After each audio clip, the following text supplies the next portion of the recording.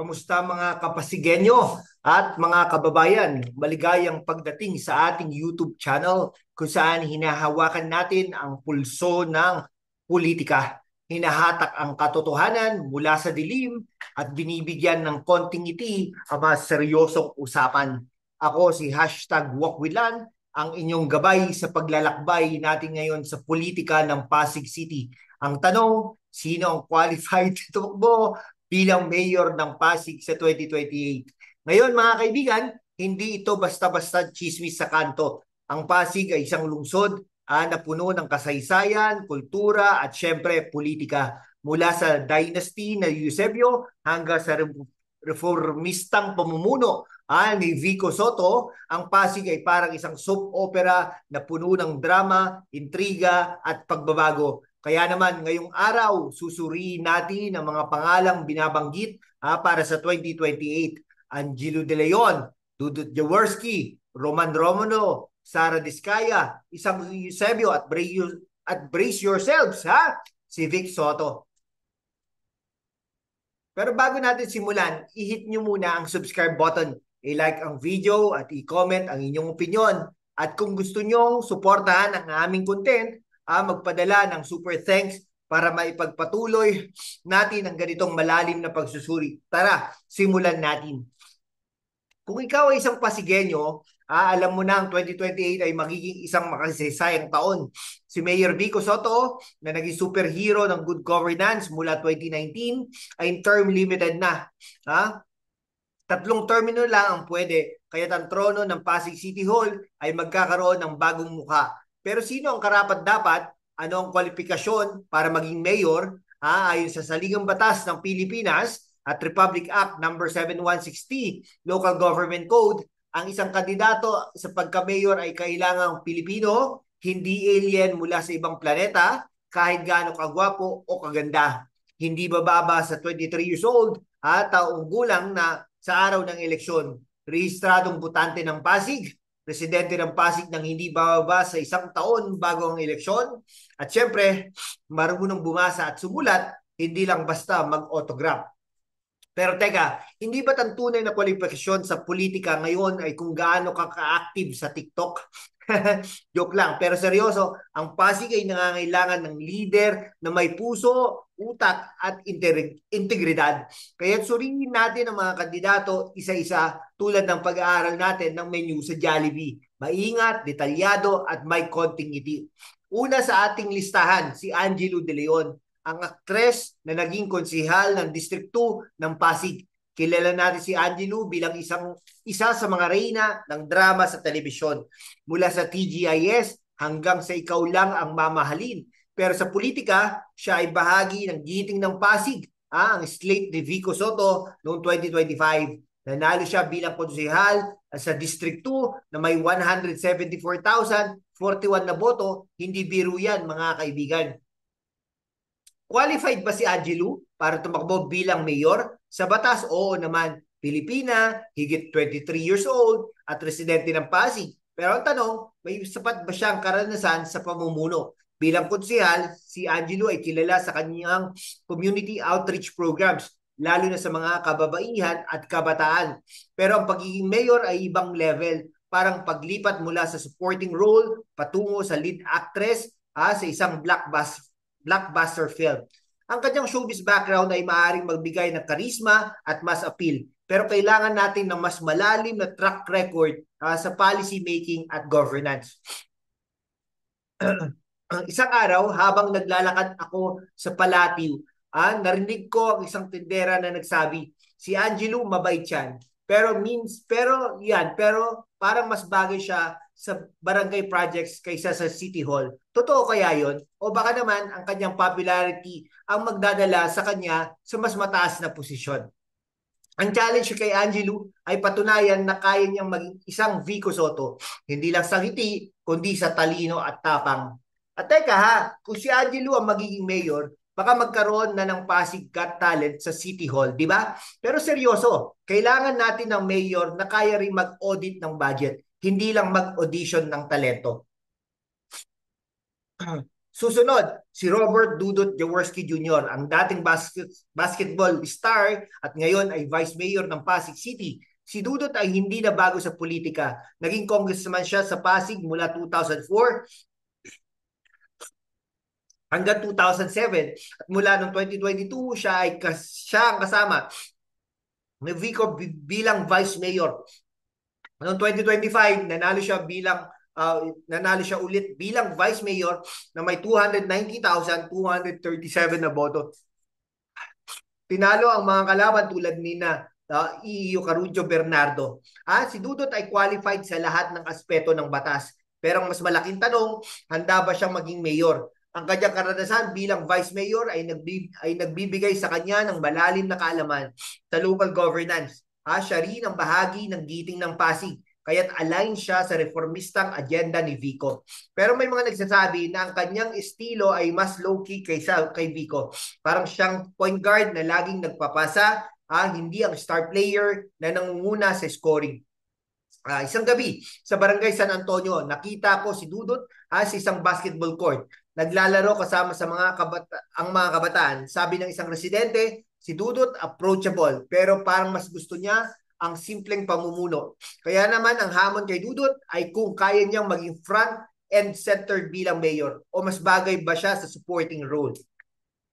Kung si Dudut ang magiging mayor, baka magkaroon ng Pasig PBA. Pero sa halip na basketball, ang laro ay budget and bureaucracy.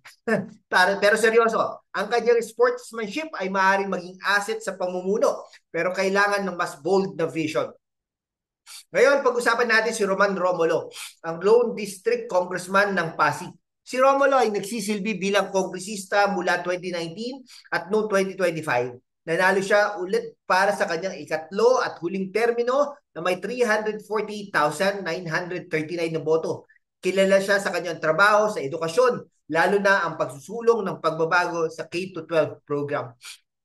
Sa batas, si Romulo ay qualified, Pilipino, residente ng Pasig, at may malawak na karanasan sa pambansang politika. Pero dahil term limited na siya bilang congressman, ang 2028 ay maaaring maging tamang oras para sa kanya na tumakbo bilang mayor. Ang kanyang karanasan sa House of Representatives ay nagbibigay sa kanya ng edge pagdating sa policy making at national connections. Pero ang tanong, kaya ba niyang i-translate ang kanyang national expertise sa local governance?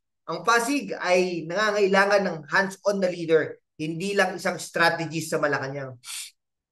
Isang araw, sa isang forum sa Ortigas, narinig ko si Romulo na nagpapaliwanag ng kanyang plano para sa edukasyon. Ang isang guro ay nagsabi, si Romulo, magaling magsalita, pero kailangan natin ng mayor na laging nasa barangay. Totoo kaya yon? O baka naman ang kanyang legislative experience ang magdadala ng mas malaking pagbabago sa Pasig.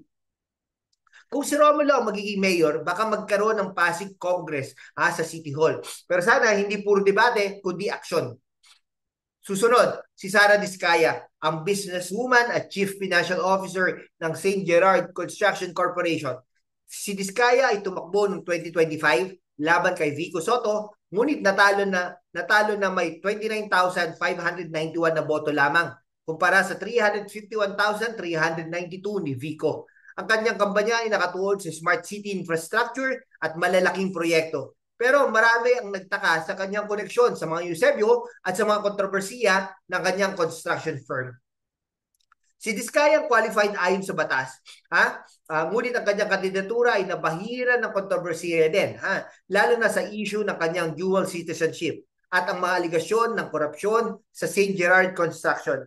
Ang kanyang ayuda-driven campaign ay nagbigay ng pag-asa sa ilang residente. Pero ang kanyang pagkatalo noong 2025 ay nagpapakita na kailangan niya ng mas malakas na grassroots support. Ang hamon sa kanya sa 2028, paano niya mapapakita na siya ang tunay na alternatibo kay Vico. Sa isang medical mission sa barangay Pinagbuhatan, nakita ko ang pila ng mga residente para sa ayuda ni Diskaya. Pero isang lola nagsabi, mabuti ang tulong pero kailangan natin ng mayor na may prinsipyo, hindi lang pera. Ang tanong, kaya ba ni Diskaya na lampasan kanyang kontrobersyal na imahe?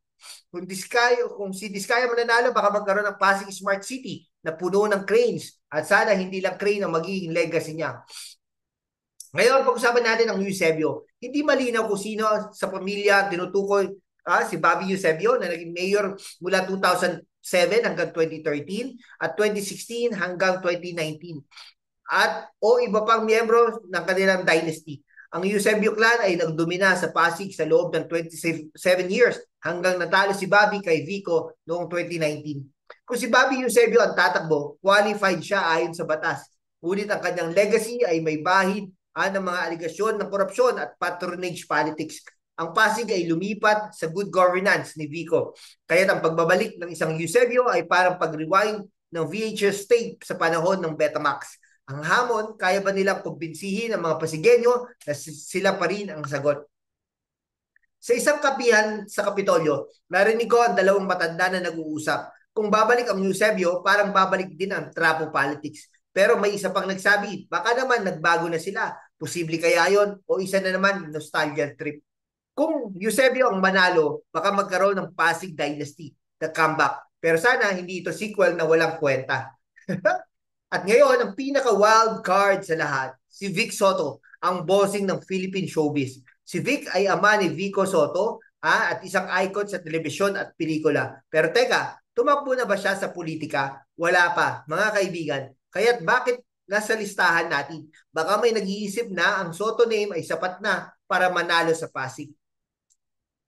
Sa batas, si Vic ay qualified kung gusto niyang tumakbo. Pilipino, residente ng Pasig, at higit 23 years old. Pero ang tanong, gusto ba niya? At kung sakali, kaya ba niyang pamunuan ang isang lungsod? Ang kanyang showbiz charisma ay malakas, pero pamumuno ng Pasig ay hindi parang pag-host ng Itbulaga. Kailangan ng konkretong plano, hindi lang punchlines. Isang araw, habang nanonood ako ng Itbulaga, rerun, naisip ko, paano kaya kung si Vic ang mayor? Baka magkaroon ng ALDAB sa City Hall, ALDEN para sa budget, at Dubai para sa infrastructure. Pero seryoso, ang kanyang lack of political experience ay malaking hadlang. Kung si Vic ang magiging mayor, baka ang City Hall ay maging studio ng school bukol. Pero sana hindi bukol ang pamumuno. Kahit sino ang qualified para sa 2028? Sa batas, lahat sila. Angelo De Leon, Dudut Jaworski, Roman Romulo, Sara Diskaya, isang Eusebio at kahit si Vic Soto. Pero ang tunay na tanong, sino ang karapat-dapat? Ang Pasig ay nangangailangan ng leader na magpapatuloy ng good governance ni Vico, magdadala ng bagong ideya at magpapakita ng tunay na serbisyo. Ang 2028 ay hindi lang tungkol sa pangalan o popularidad. Ang Pasig ay isang lungsod na natuto na mula sa nakaraan, mula sa dynasty hanggang sa reforma. Ang susunod na mayor ay kailangan maging isang visionary, hindi lang isang politician. Sino sa tingin mo ang may ganitong potensyal? I-comment mo yan sa baba at huwag kalimutang i-like at i-subscribe ang channel natin. Kung nagustuhan mo ang pagsusuri natin, i-hit ang subscribe button, i-like ang video at i-share sa mga kaibigan mo sa Pasig. At kung gusto mo suportahan ang aming content, magpadala ng super thanks. Kahit maliit, malaking tulong yan para maipagpatuloy natin ang ganitong mga video. Magkita-kita tayo sa susunod na episode. Mga Kapasigenyo, salamat at mag-ingat kayo.